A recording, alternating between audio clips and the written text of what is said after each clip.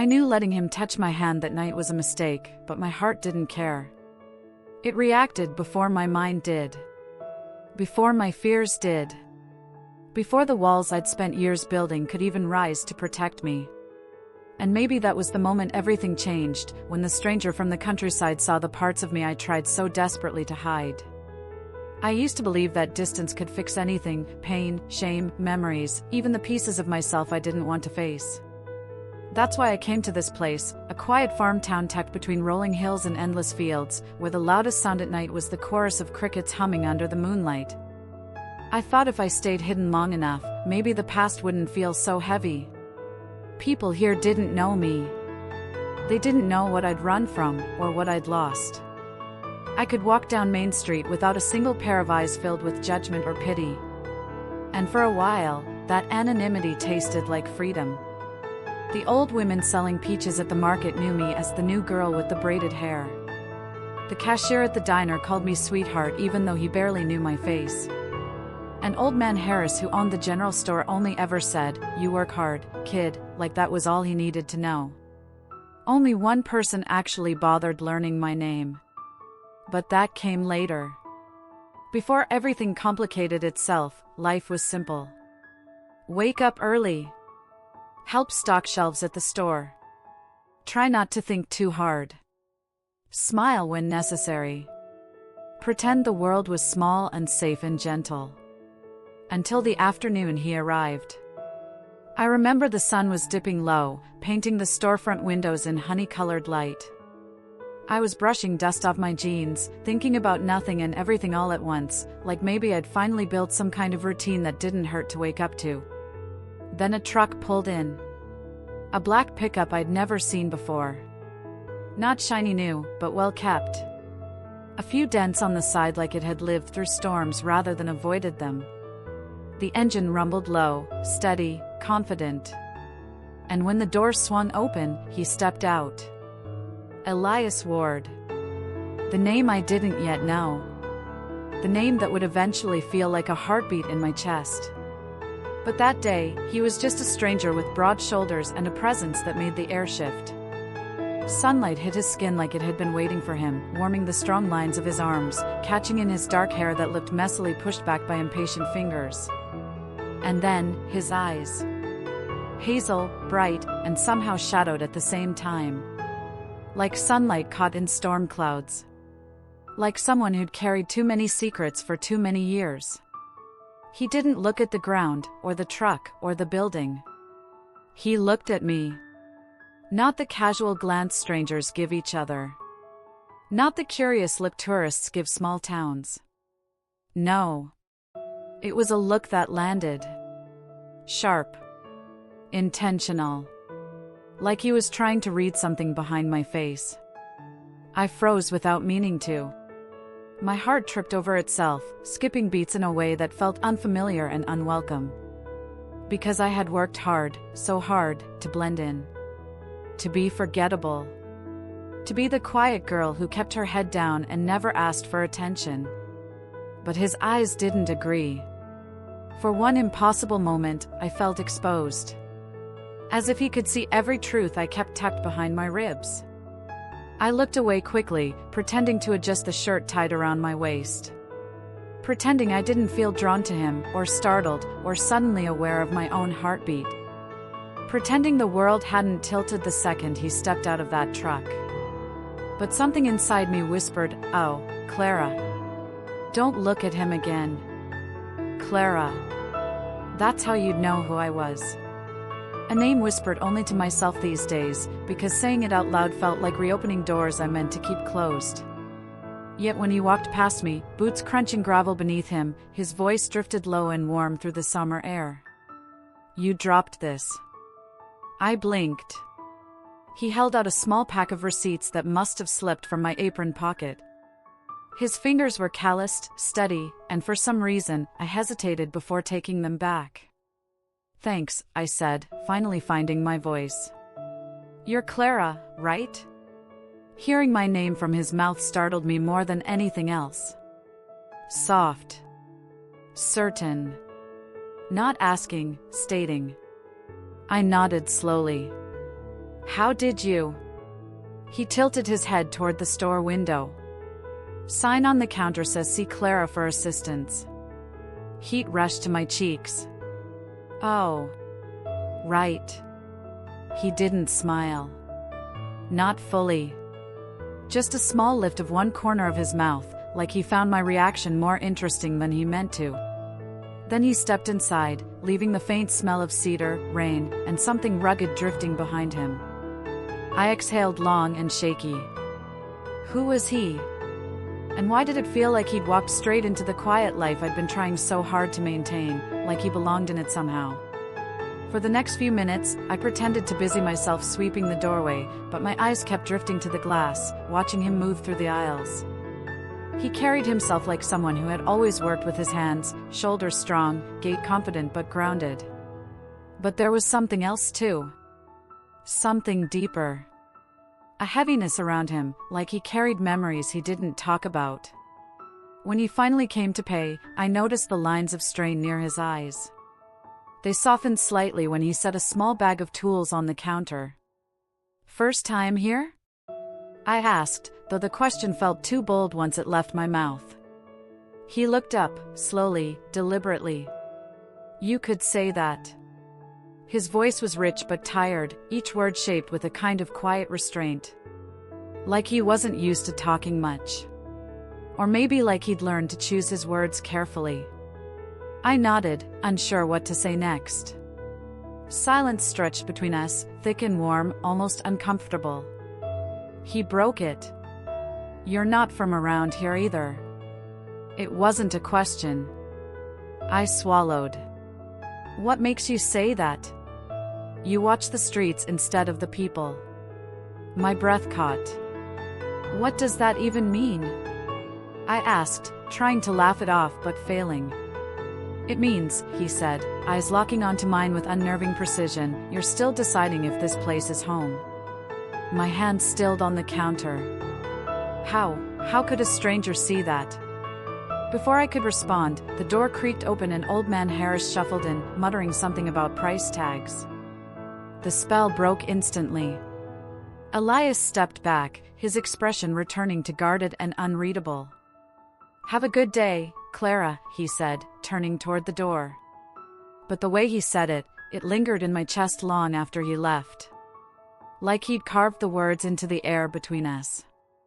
After he drove off, I found myself standing on the porch again, staring at the dust his tires kicked up, replaying everything he'd said.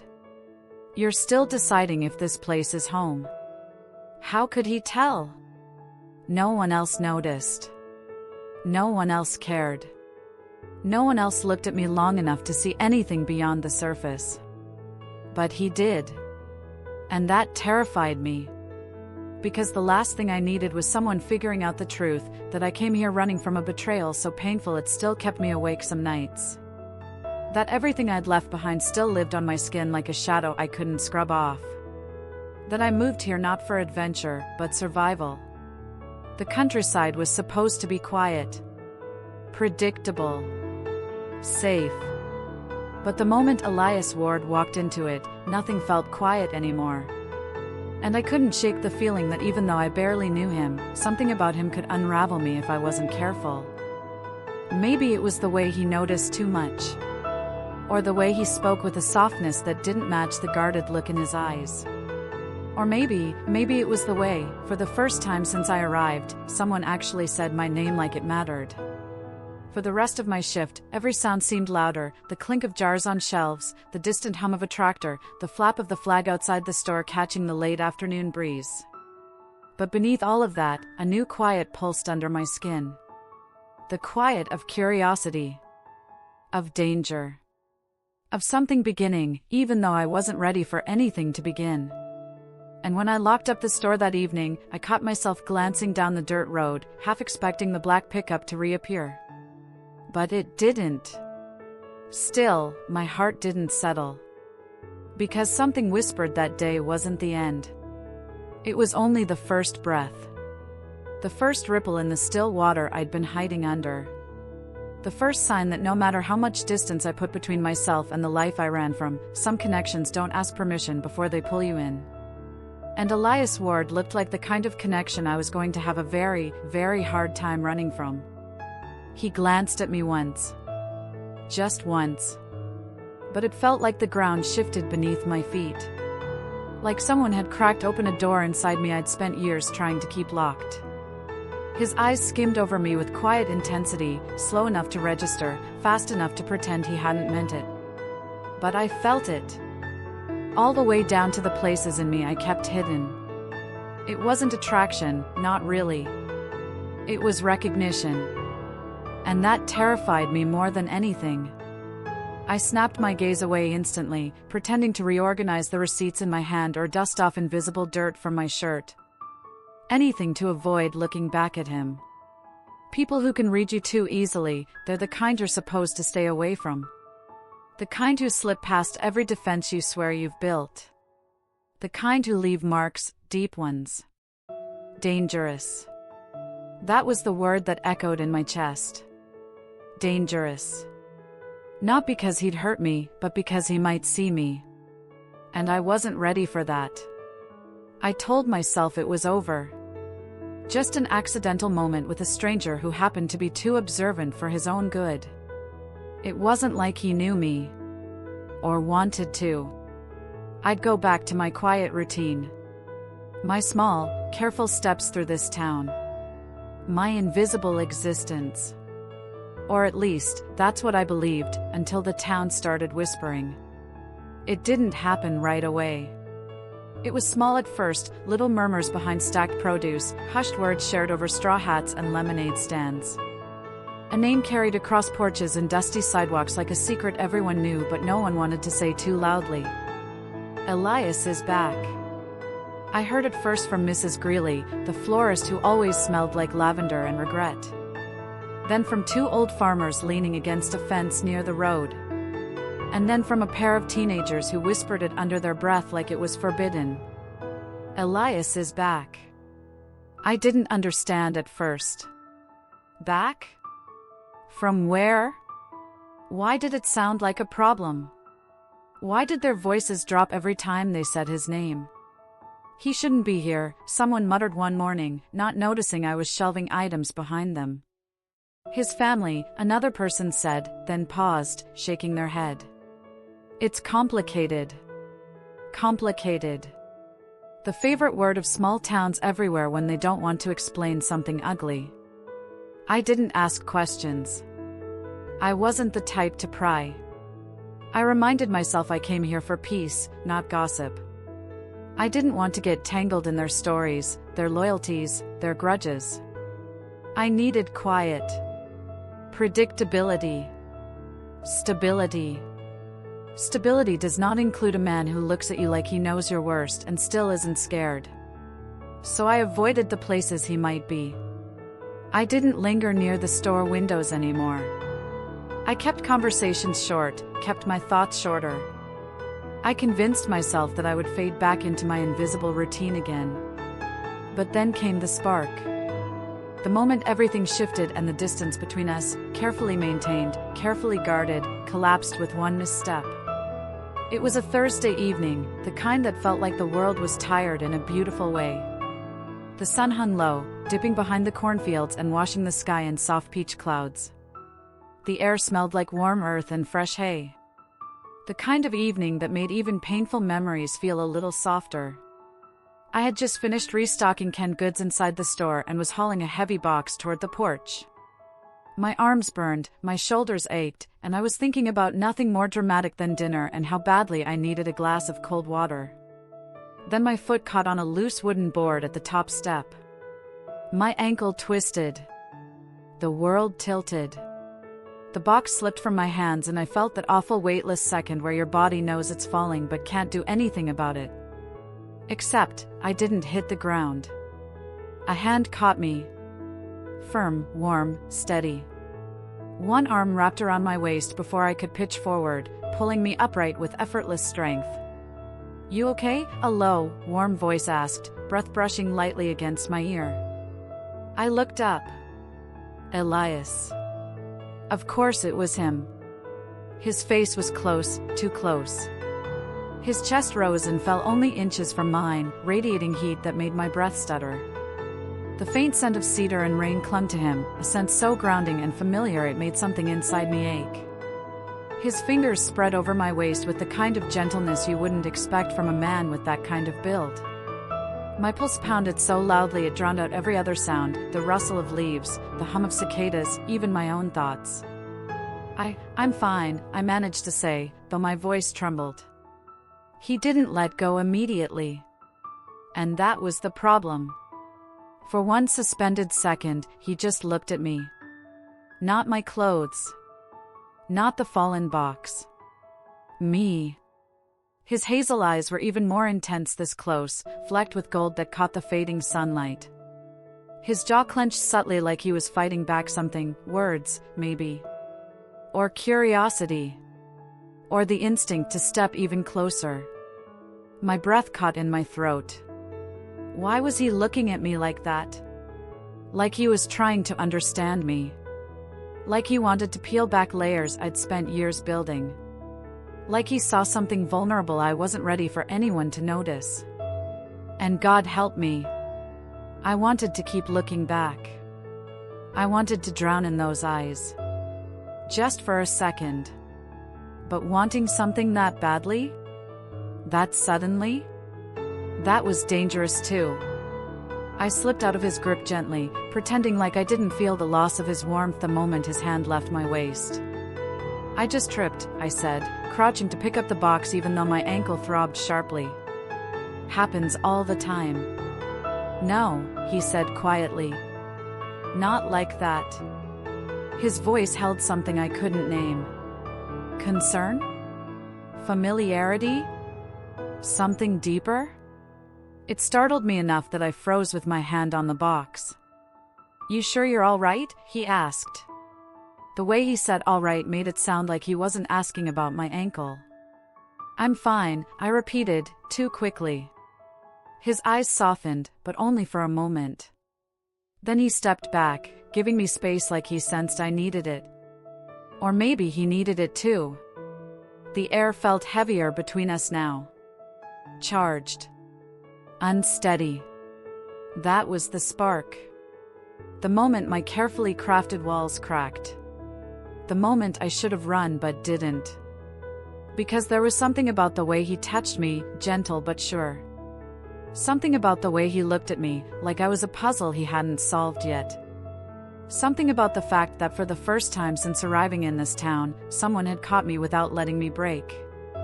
And that terrified me. Because sparks come with consequences. And the complication came faster than I expected. Later that night, after closing the store, I walked home slowly, each step reminding me of the slight ache in my ankle. Fireflies dotted the sky like tiny lanterns. The air was cool, brushing softly against my skin. I kept replaying what happened on that porch. The fall. His hands. His eyes. The way my name sounded the first time he said it. It all felt too intense, too sudden, like something meant to stay hidden was forcing its way into the open. I tried to shake it off. But the moment I reached my porch, I heard voices drifting from across the road. Low. Sharp. Familiar. I recognized Old Man Harris's tone immediately. He rarely whispered unless he had something serious to say. She shouldn't be near him, he muttered. A second voice agreed. You know what happened last time. A third voice, female, sounded anxious. If Elias is getting involved with anyone, it's trouble. It always is. My heart stilled. Involved? With me? They couldn't mean that. We'd barely spoken. Barely touched. Barely existed in the same space for more than a few minutes. But their tones weren't gossipy. They were fearful. Heavy. Like the kind of whispers people share when they're scared history might repeat itself. I leaned closer to the window just enough to hear the last part. He's back, someone said. And after what happened with his family. God help anyone who gets pulled into that mess. My stomach tightened. My breath felt trapped. Family. Complicated. Shouldn't be here.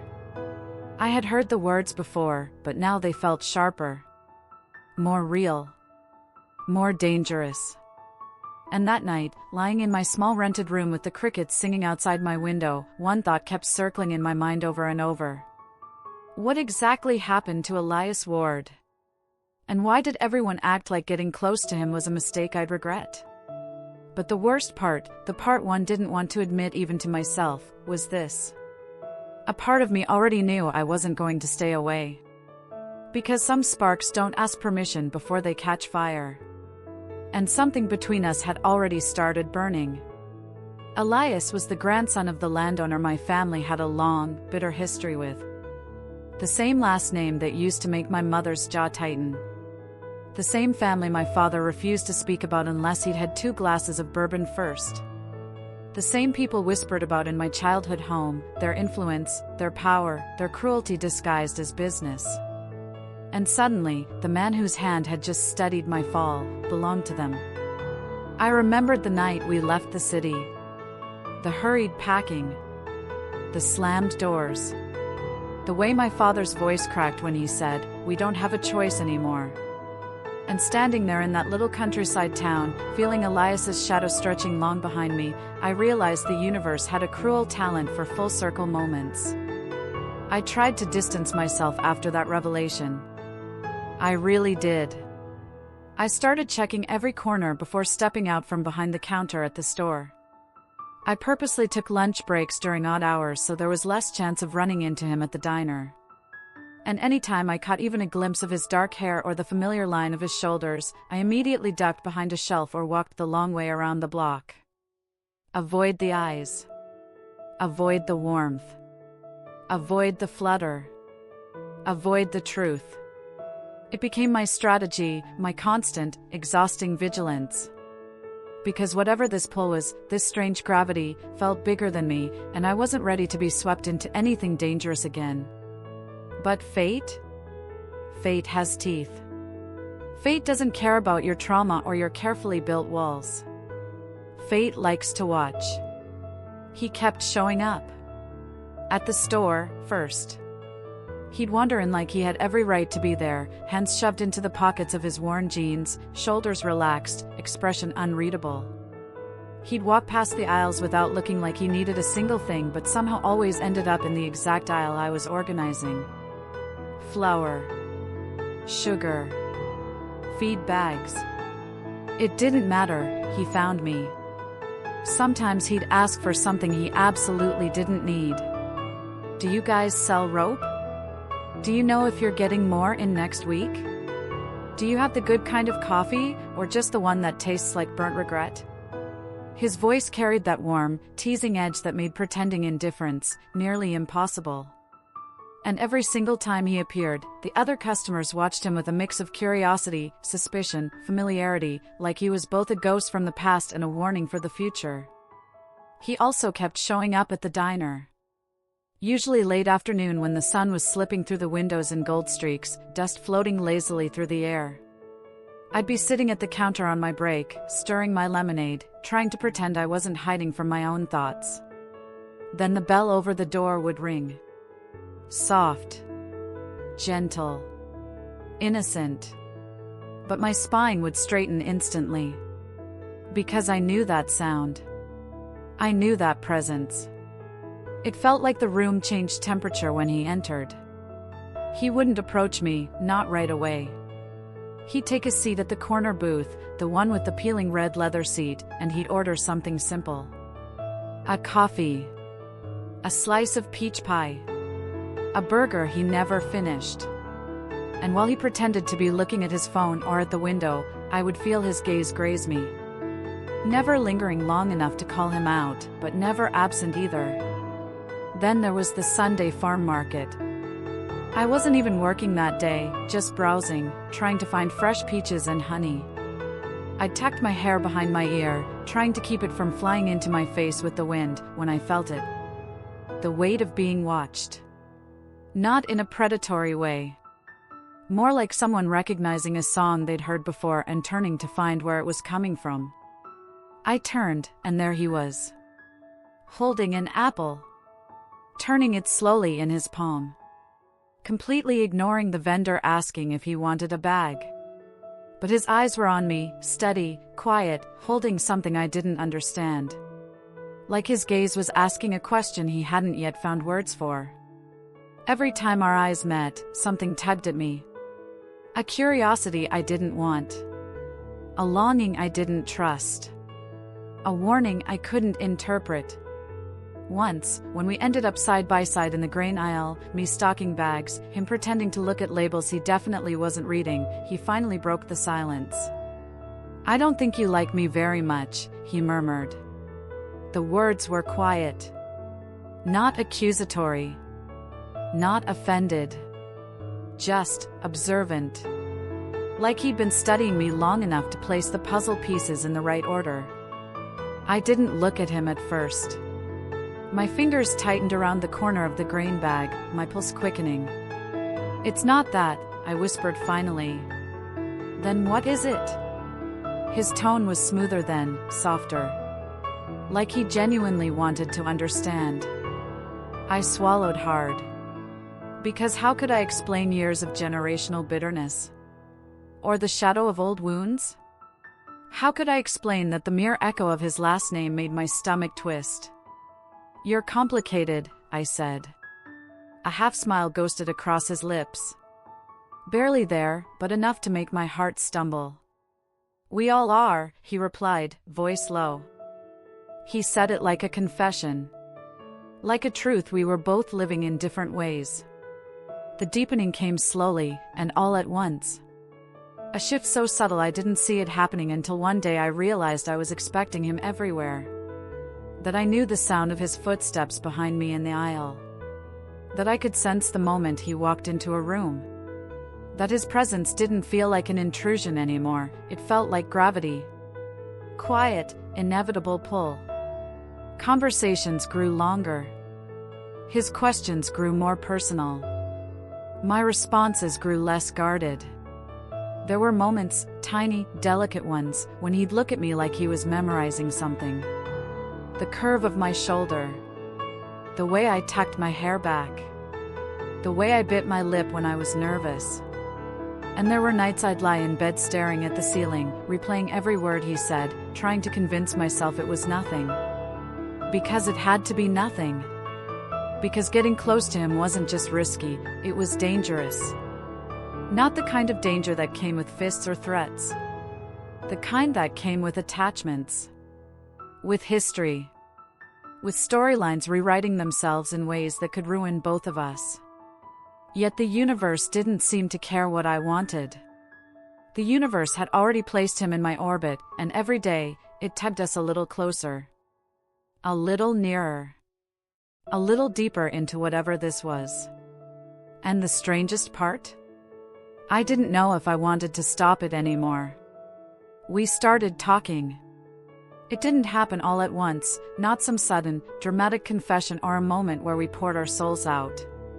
It began the way quiet storms do, with a whisper, a shift in the air, a soft ripple before the waves. Little conversations at first. Safe ones. About the weather, how the town was always either dust-dry or rain-soaked with no in-between. About chores, how he hated fixing fences and how I still couldn't stack hay bales without looking like I'd lost a wrestling match. About the town's quirks, like how Mrs. Kemp at the bakery refused to serve anyone who didn't compliment her cinnamon rolls first, or how Mr. Doyle insisted the local river healed bones, even though he'd broken his wrist twice while fishing there. It was light, easy, safer than anything I'd felt in years. But slowly, like dawn creeping over fields, those conversations deepened. He told me about his mother's illness, how he'd left town years ago because he couldn't bear to watch her fade, and how guilt dragged him back after she passed. His voice had softened then, like he was peeling back a bruise he'd been hiding beneath long sleeves. I told him about my family's move, how it wasn't planned, how one small disaster turned into another until we were boxed into a corner with no choice but to run.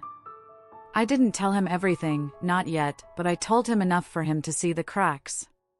He told me about his regrets, about the fights he started and the ones he ran from, about the people he let down, the parts of himself he didn't like looking at too closely.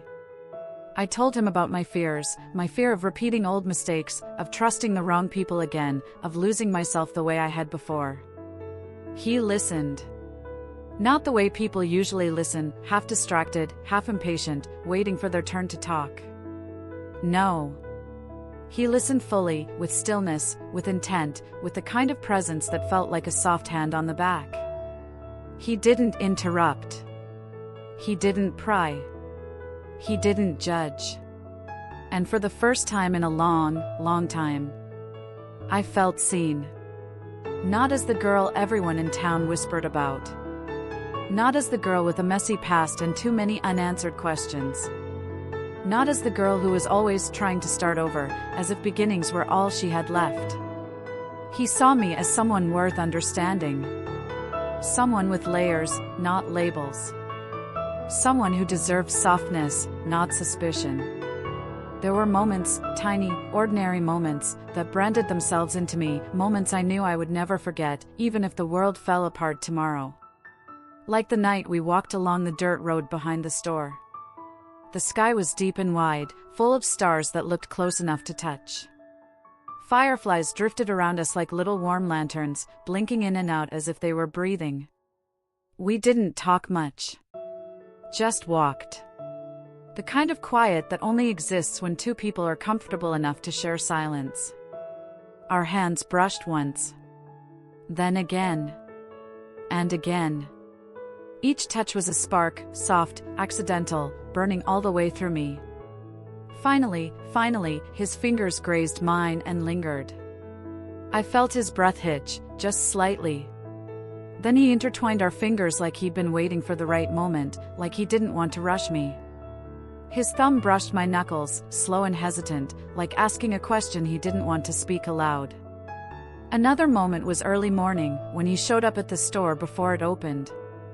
He had a paper cup in his hand, coffee from the diner.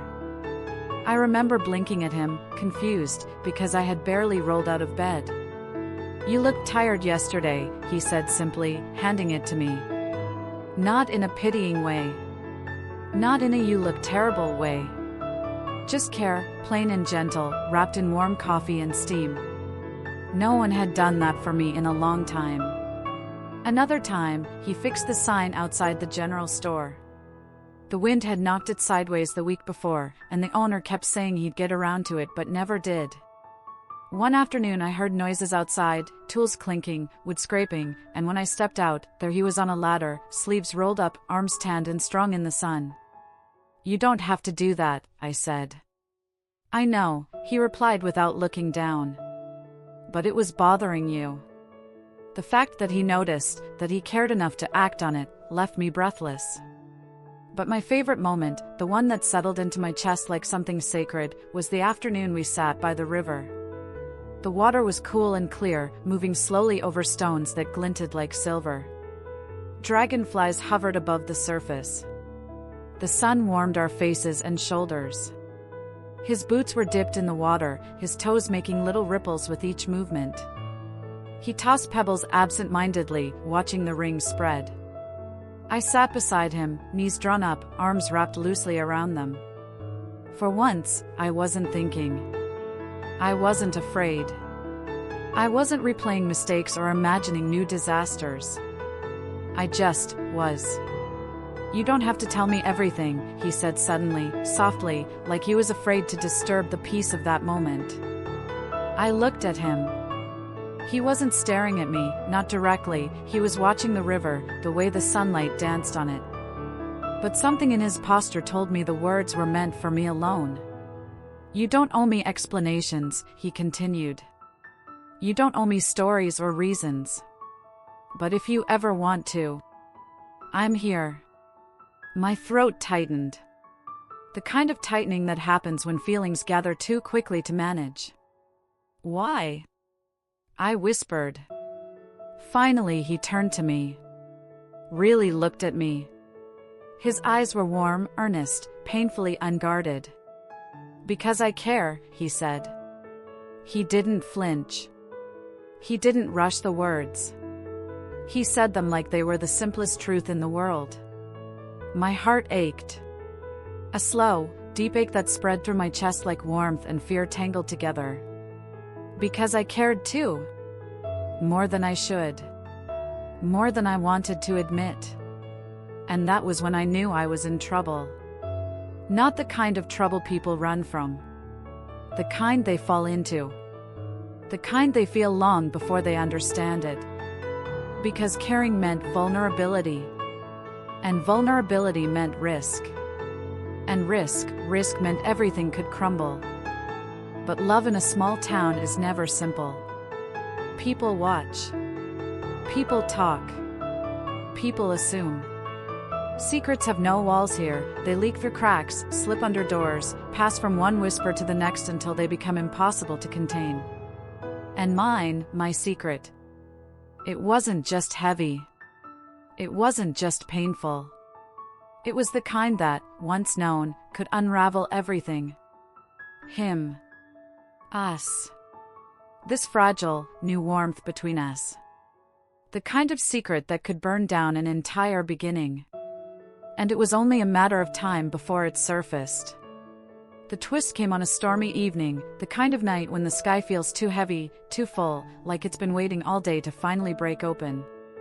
Rain hammered the tin roof of the store, each drop landing with a sharp metallic ping that made the whole building vibrate. Wind rattled the windows. The power flickered twice before settling into a dim, moody hum. I was alone inside, sitting cross-legged on the floor with receipts scattered around me like fallen leaves. The storm outside felt far away until it didn't. Because then I heard it. Raised voices. Sharp. Muffled by rain but unmistakably tense.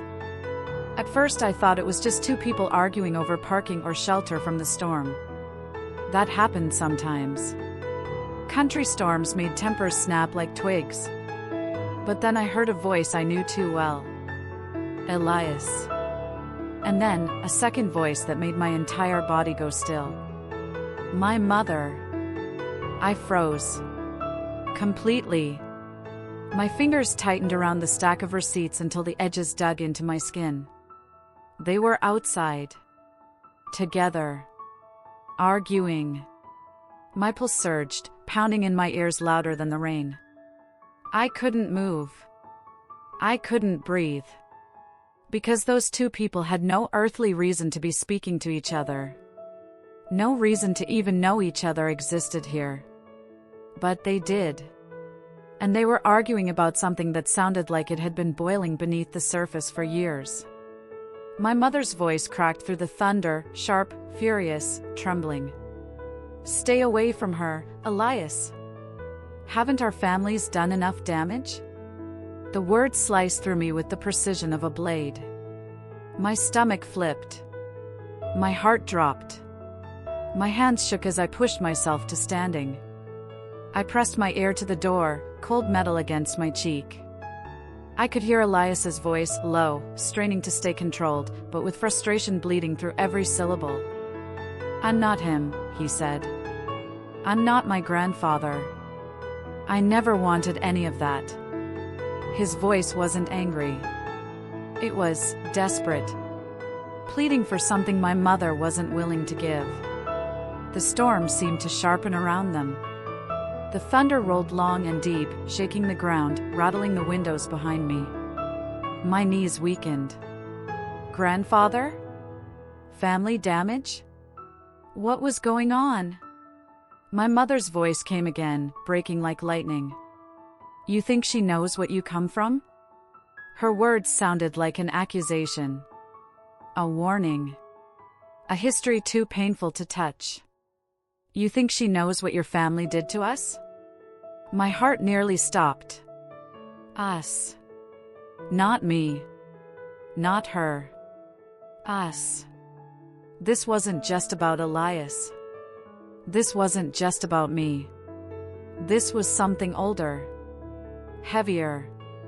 Something with roots. My breath turned thin, shallow. I didn't even realize I was moving until my hand was already gripping the door handle. The rain hit me instantly when I stepped outside, cold, harsh, drenching me in seconds. My hair clung to my face. The storm swallowed my breath. The wind whipped around me, slicing through my clothes, but I wasn't thinking about any of that. All I saw was them. My mother, standing under the awning, soaked but unwavering, her jaw clenched, her eyes shining with fury and fear. Elias standing a few feet away in the open rain, shoulders tense, shirt plastered to him, chest rising and falling like he'd been running. Water dripped from his hair, off his fingertips, down his throat. Both of them froze when they saw me. "Mom," I whispered, voice shaking so badly it barely came out. Rain slid down my cheeks like tears I hadn't let myself shed yet. "What are you talking about?" My mother's eyes widened. Guilt. Shock. Panic. They all flickered across her face so quickly I almost missed them. Elias turned toward me fully, and the hurt in his eyes nearly brought me to my knees. Not wounded pride. Not anger. But the kind of hurt that comes when something you've feared finally happens, when a truth you've tried to outrun catches up and sinks its claws in. My mother looked between us, realization dawning in slow, painful horror. "You didn't tell her?" she said, her voice breaking in disbelief, directed at him. Elias swallowed hard. His jaw tightened. His hands curled into fists at his sides, not in aggression, but as if he was holding himself together with invisible thread. "I wanted to," he said, voice raw. "I swear I did." "Then why didn't you?" I whispered. My voice sounded small, fragile. Like it belonged to someone much younger. He looked at me, and for a second, I swear the storm softened. As if waiting for his answer too. "Because I didn't want to lose you," he said. "Not before I even had you." The words punched the air out of my lungs. My mother flinched. The wind gusted. Thunder cracked so loud it echoed off the empty fields. My heart thudded painfully, each beat tight and hollow. Lose me? Had he really? "What did your family do?" I whispered, though a part of me wasn't sure I wanted the answer. The fear in me was rising fast, like water filling a room. My pulse hammered. The storm raged harder, almost punishing us for every second we stood in it. But Elias didn't look away. Not once. Not even when it would have been easier. His eyes held mine, steady but aching, like he'd been waiting for this moment with dread. Rain dripped off his eyelashes. His chest rose and fell, deep and slow, like he was bracing himself for impact. His silence didn't feel empty. It felt loaded. Heavy. Full of things he wished he could undo. My mother stepped closer, positioning herself between us as if she could shield me from something she knew I wasn't ready for. Her hand trembled, just slightly, but her voice was sharp. "You don't need to know this," she told me. "Not from him." "I have a right to hear it," I whispered, barely holding back the shake in my voice. My mother closed her eyes for a moment, like she was praying for patience, or strength, or maybe forgiveness. "Clara," she said softly, "some truths only bring pain." But the storm wasn't the only thing raging now. My need to understand was stronger. My need to stop running from shadows was stronger. I stepped out from behind her, toward Elias, into the rain. The cold hit me hard, but I didn't care. I needed to see him clearly. Needed to hear his voice over the storm, over the history, over the fear that had been quietly growing between us. He looked at me like I was the only steady thing in that moment. And that hurt. Because it meant his secret was big enough to destroy this. Whatever this was. "I'm asking you," I said, voice trembling. "Please. Tell me." He breathed out, a shaky exhale that fogged the air between us. "And then, Clara," he began. My mother's voice cut through sharply.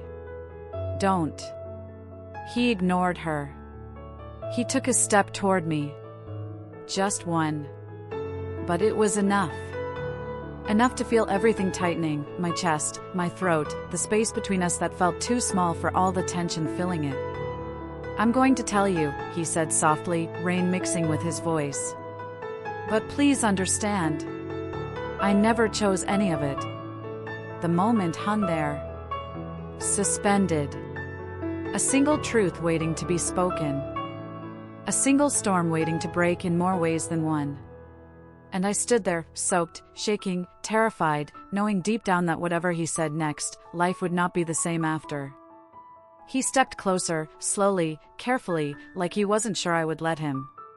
The rain slid down his jaw, over the sharp line of his throat, soaking his shirt until it clung to him like a second skin. His eyes held mine with an ache I felt in my bones. "Clara," he began, voice rough, breaking, the storm swallowing the edges. "It was my grandfather who ruined your father's business. He forced him out. That's why you moved. That's why you left everything behind." The words didn't hit me all at once. They sank in gradually, like poison. Like something old and buried rising to the surface to remind me it was never really gone.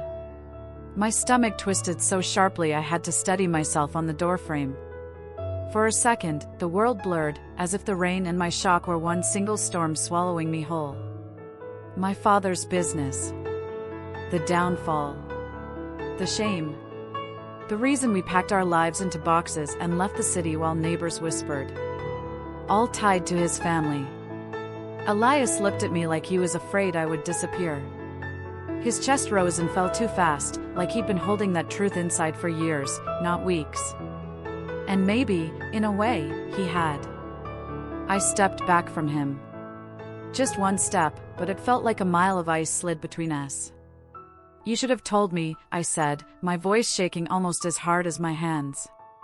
His face crumpled in a way I'd never seen before, raw, unguarded, stripped of all the easy confidence he carried when he walked through town.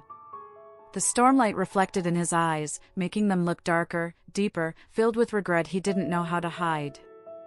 "I was trying to protect you," he whispered. The words felt like a slap and a plea at the same time. "By lying?" I whispered back, the word tasting bitter. He shook his head instantly. "I never lied." His voice cracked. I didn't know how to tell you the one thing that might make you hate me." The wind gusted, pushing rain sideways. My hair stuck to my face, cold and heavy, but I didn't move. I couldn't. My heart felt too big for my chest, too full, too broken. "I don't hate you," I said, and hearing myself say it hurt even more. "I hate that you didn't trust me." A muscle in his jaw tightened. His gaze dropped, then lifted slowly like he was gathering courage one breath at a time. "Clara, I trust you more than anyone," he said, so quietly it was almost lost to the rain. That's why I was scared. The truth in his voice shook me. But the pain in my chest was louder. I stepped back again, and this time he reached out, not to grab me, not to pull me close, but as if he was reaching for something slipping out of reach. "Please," he murmured. But I couldn't stay. The breakdown hit hard. Fast. Violent in its quietness. I turned away. Walked toward the empty road, muddy and slick beneath my boots. Didn't look back. His voice followed me. "Clara, please." But the storm drowned him out. And maybe that was easier. Maybe letting the rain swallow his voice was the only way to keep myself from turning around, from folding into him, from letting him explain something I wasn't ready to hear. I walked until his voice faded completely, until only thunder kept me company. The next few days felt like wading through thick fog.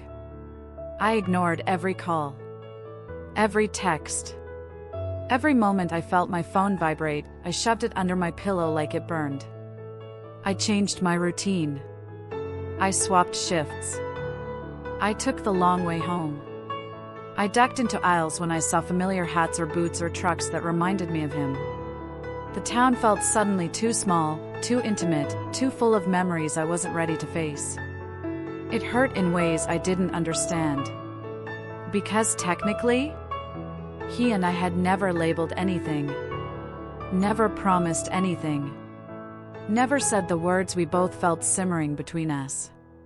So why did losing him feel like losing something essential, like someone had reached into my chest and taken out the part of me that finally felt alive again? Every quiet moment stabbed. The memories wouldn't stop. His eyes scanning my face like he wanted to memorize every expression. The warmth of his hand brushing mine on the dirt road. The way he said my name, soft and careful, like it meant more to him than he was willing to admit.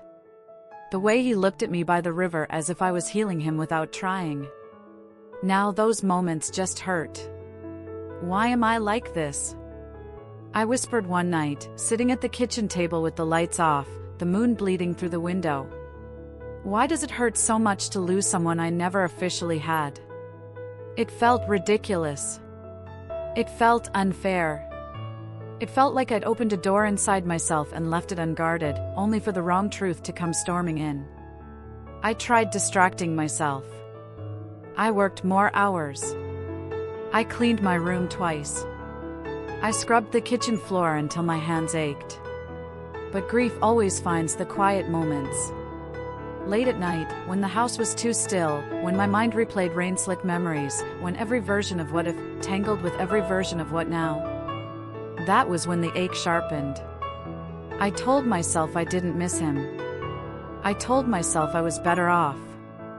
I told myself this was the right choice. But then I'd hear his voice in my memory. I care. And the lie I told myself collapsed all over again. The healing didn't come in some dramatic revelation. It didn't come because he showed up with flowers or apologies. It didn't come because the town rallied around me or because my mother softened and explained everything. It came quietly, unexpectedly. On a morning that looked like any other. I was opening the store, the dew still clinging to the grass, the sky painted pale blue with streaks of gold. Birds were singing, soft, gentle. The kind of morning that didn't force you to feel anything you weren't ready for. I unlocked the door. Swept the floor. Turned on the lights. And then I saw her. Mrs. Alder, the old woman who lived on the far edge of town, the one who always bought peppermints and told stories about her late husband like he was still alive. She came in slowly, leaning on her cane, her gray hair tucked behind her ears. I forced a smile. "Morning," I said.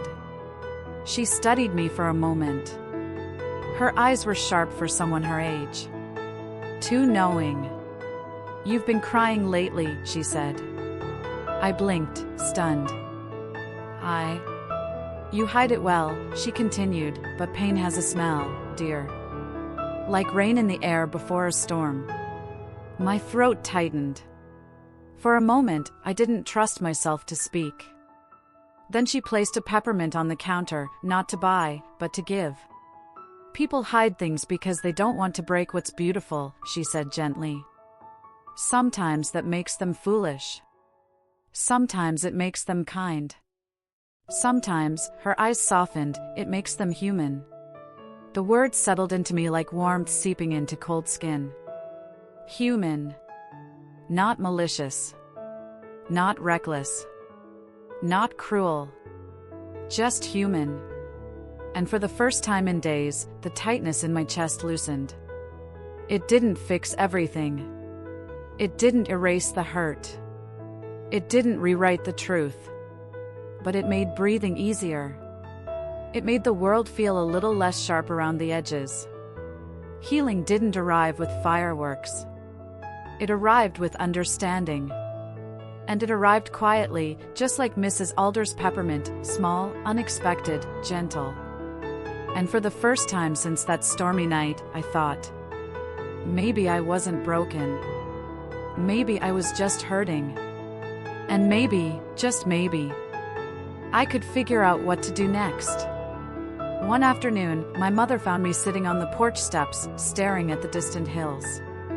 She sat beside me quietly. "You know," she said, "not every child becomes their family." I didn't answer. She sighed.